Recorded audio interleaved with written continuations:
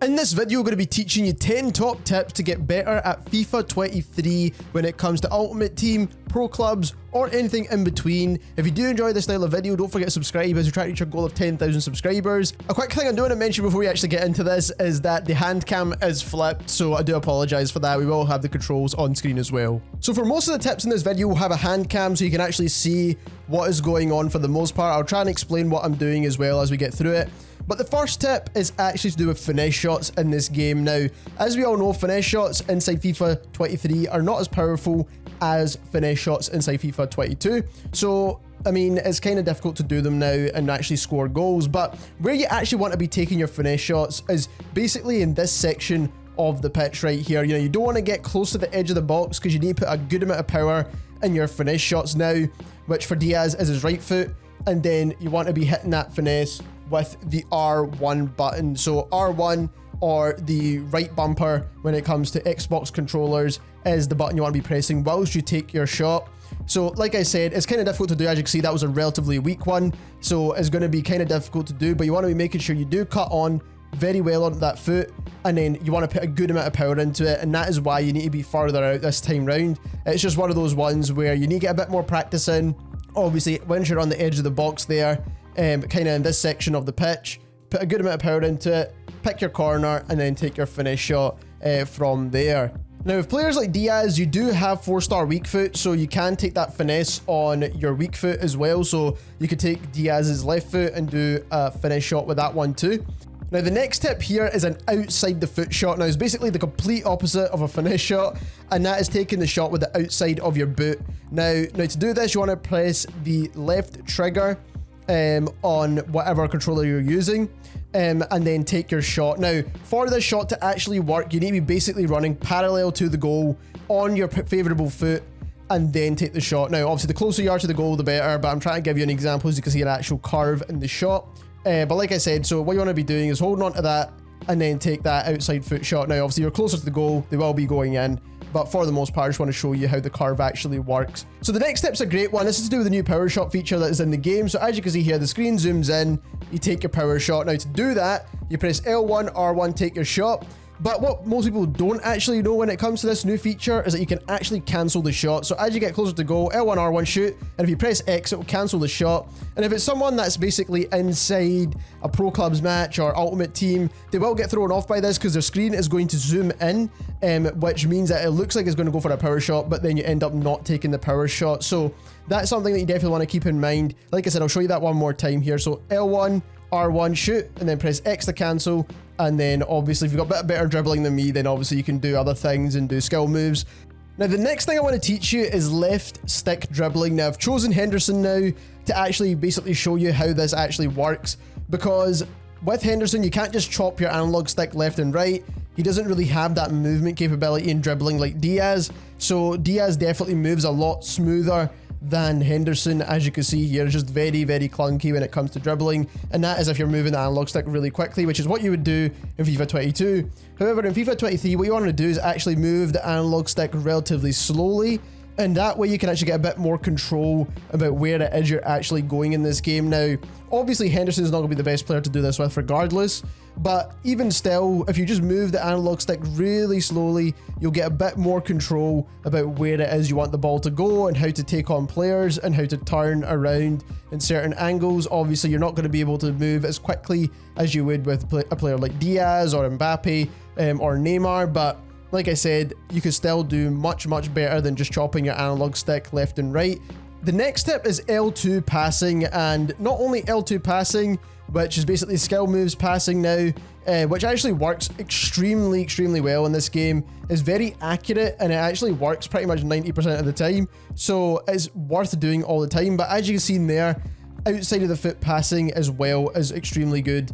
Now, you do need to be running at a certain angle, so we'll try and get this pass off to Cancelo here, and as you can see, it was outside of the foot pass. Now, obviously, it didn't make sense to do it in that scenario, but as you can see, it definitely works. It's mainly when your players are running into a bit of space where doing the outside of the foot pass makes a bit of sense here. Obviously, now I'm just doing it for the sake of doing it on purpose, but again, it's a really, really good way of getting your players in a bit of space when your player doesn't have that weak foot capability So it's definitely something you can utilize in game, and L2 passing in general is just really, really good in this game. So now the next tip is my favorite tip, and it's one that not a lot of people actually know about.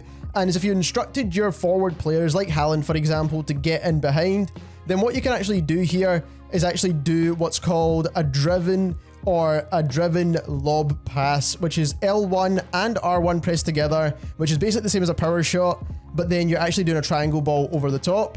And what it does is it actually makes your player run onto it and actually get the shot off. Again, it's going to have a bit more power in it. As you can see here, we managed to get it over and to Grealish, but what you want to mainly be doing is focusing it to your main striker here. So as you can see, to the main striker, obviously we didn't get the shot off, but it works extremely, extremely well. So like I said, L1, R1, and then the triangle through ball pass.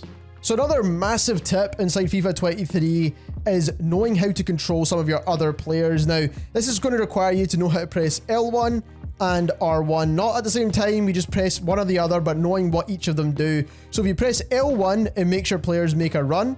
So as you can see here, N'Golo Kante's just shot off and ran away. Then we've got Mason Mount running away.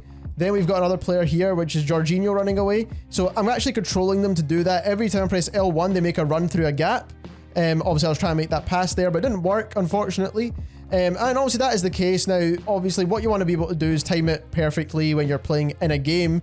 But at the moment, like I said, you can control players to make a run into the box, essentially. So if you're doing it in the midfield, it's going to be the perfect place to do this. So what I want here is for Kai Havertz, or whoever that is down at the bottom, I think it's Mason Mount, actually, to make that run. So he just keeps making the run. Now let's say I'm in the middle of the pitch and I'm struggling for passes here. And what you want to do is press R1 instead. And what that's going to do is bring players closer to you. And that's going to allow them to basically free up for a pass. So let's say I'm in a hard position right here. I'm holding the ball off. I need a pass. As you can see, Koulibaly comes to collect that ball.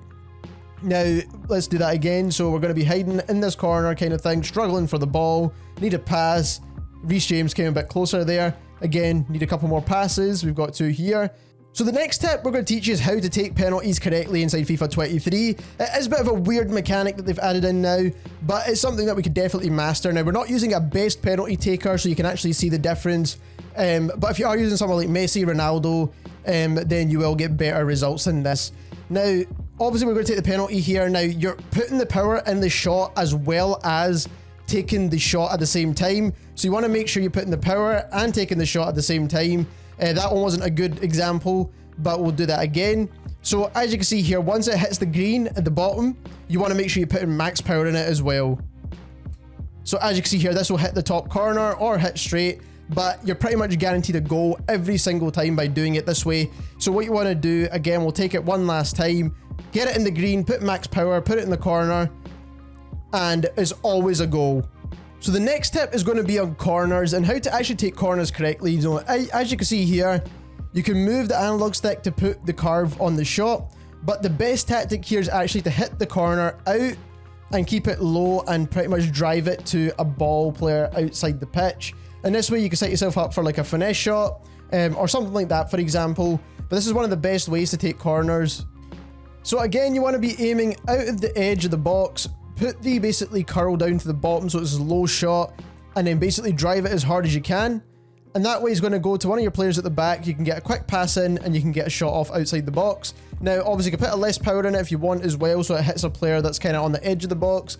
But that is the new tactic for corners. So the next tip is not really much of a tip, but it's just something that you need to know when it comes to FIFA 23, and that is lengthy players. And this is going to mainly make up for your main strikers, your centre defensive midfielders, and your centre backs. Now you want to make sure they all have the lengthy run type. It is the meta in the game right now. We have done some testing to see if it actually works in game or not, and we've yet to get some conclusive evidence of that, but people are tending to use these players because they do have that type. And the best way to figure this out is if you go onto the Footbound website, you can see the run type of the player that you type in right below the name. Now, if you do want to also run some checks, you can basically go on to the chemistry styles and apply different chemistry styles and see if your player can become lengthy right here. So as you can see, if you put Architect on Ronaldo, he'll become lengthy. Now, and the last and final tip is just to make sure you set your formation and custom tactics in game. Now, custom tactics are what are actually going to help you in your formation to actually work. So this is going to depend on the actual formation you're using, but there's a lot of videos out there that you could check out when it comes to formations and custom tactics. We will be making a few as well after this video, but like I said, this is something you want to make sure you have set when it comes to the instructions of your players as well. It's very important that they make the movements and runs and things like that you want them to. So this is something that you want to set in game. Like I said, there's tons of videos already on YouTube for this kind of stuff, so you can definitely check that out for your specific formation. If you want us to make videos on it, then we will be making videos on some of the more popular ones. So there we have it. Those are 10 huge tips that will help you inside FIFA 23 to get better at the game. If you enjoyed this video, don't forget to subscribe, and thank you very much for watching.